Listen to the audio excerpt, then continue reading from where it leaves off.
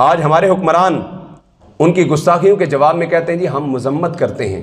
یہ مذمت کا جملہ بہت چھوٹا جملہ ہے۔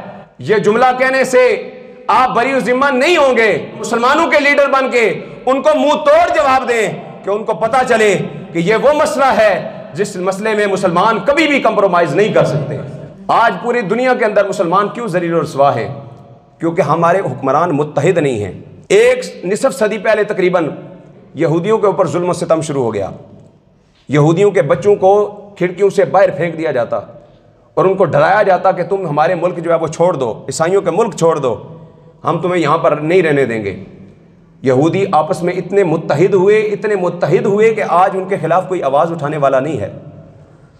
تو مجھے بتائیں 56-57 اسلامی ممالک ہیں، اگر یہ سارے متحد ہو جائیں تو کیا دنیا میں کوئی گستاخ رسول گستاخی کر سکے گا؟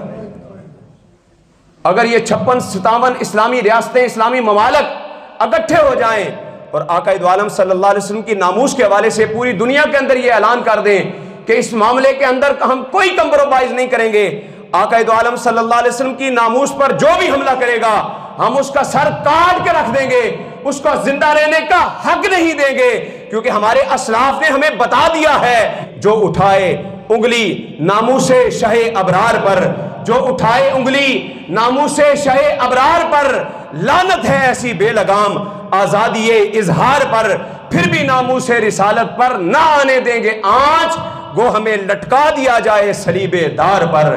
من سب نبی جن، کوئی لب خاموش نہ رہے، من سب نبی جن